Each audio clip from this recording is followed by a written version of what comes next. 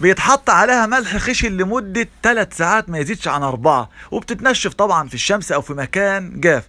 السمكة ديت اسمها إيه؟ وموجودة فين؟ وبتتاكل إزاي؟ وسعرها كام؟ الحكاية حلوة. نبتدي بلا إله إلا الله محمد رسول الله صلى الله عليه وسلم كلنا كده في التعليقات يا جماعة، ونشوف السمكة ديت لو عجبتنا يلا نعمل مشاركة. خلي اللي ما يعرفش السمكة ديت وطريقتها ونوعها إيه يعرف.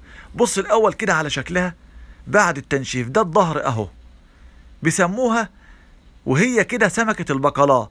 طيب قبل ما تتعامل كده اسمها البغبغان او الحريد، وطبعا لها اسماء وانواع مشتقة منها. هوريها لكم دلوقتي وهي على العرض، وهوريها لكم برضه وهي لسه ما نشفتش. بس خد برضه النظرة ديت مع الايه، العنبر. في سمك تاني بيتعامل ناشف زي العنبر وزي الشعور وانواع تانية. دي الاكلة المفضلة في العيد الصغير هنا فين؟ في البحر الاحمر، خصوصا الغردقة. تلاقي بقى الملوحة والسمك الناشف. الله يا سلام. اهدى يا عم رضا، خلي بالكم شايفين اللحم اهو، هو متشقق كده. ده عامله بالطريقة ديت عشان اللحم ما يمسكش في بعضه، يعني كل شوية كده ايه يفلقوا عن بعضه بالطريقة دي. تمام. السلسلة موجودة طبعا. السمكات فتحت سنجاري، اتشال منها الأحشاء، اتحط لها برضو بعد الغسيل ملح خشن على اللحم زي ما قلنا لمدة 3 ساعات اهو. وبعد كده تعمل ايه؟ يغسلها وينشفها بقى في مكان جاف او في الشمس، هتطلع بالشكل ده. بص كأنك ماسك ايه، خشب. بص بص كده على منظرها اهو. اللحم طبعا يا جماعة معمول فيه خطوط، ده هم اللي عاملينه كده عشان ما يمسكش في بعضه بالشكل ده. بص الله. طبعا عايزين ناكلها بقى طبعا لما بنطلع من الصيام. بص كده الاول على شكلها وهي لسه مغسولة من الملح ومتعلقة اهو. ده اللحم لسه زي ما هو، وده الظهر. لونها وشكلها لسه فاتح اهو. لما تنشف بقى هيتغير بالشكل اللي هتشوفوه اهو.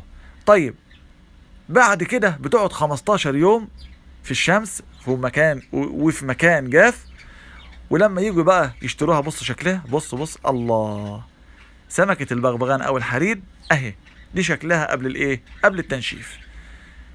بياخدها يبلها بميه تاني بقى، ده الكلام ده بعد ما نشفت وقعدت 15 يوم زي الفل او اكتر. بيشتريها وياخدها يبلها بميه ويبدا يفليها بقى، يطلع اللحم لوحده والجلد بقى يستغنى عنه، ويتعمل لها تخديعه زي الطاجن بايه، بصل فلفل، شايفين الشكل الله، طماطم، بصل وفلفل وطماطم، تخديعه عاديه.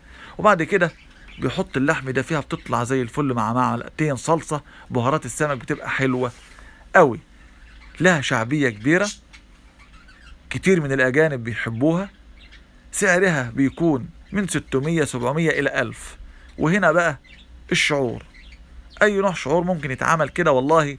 لو سمك شعور حر بلاش تعملوه بالطريقه ديت. الشعور يا جماعه ملوش غير القلي والشوي والصواني.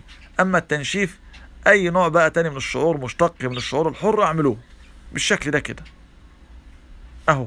يبقى الافضل سمكة الحريد في التنشيف زي ما حضراتكم شايفينها كده، وموجودة في حلقة السمك والبحر الاحمر والغردقة. في فيديوهات تانية قادمة ان شاء الله، انتظرونا. دمتم في امان الله.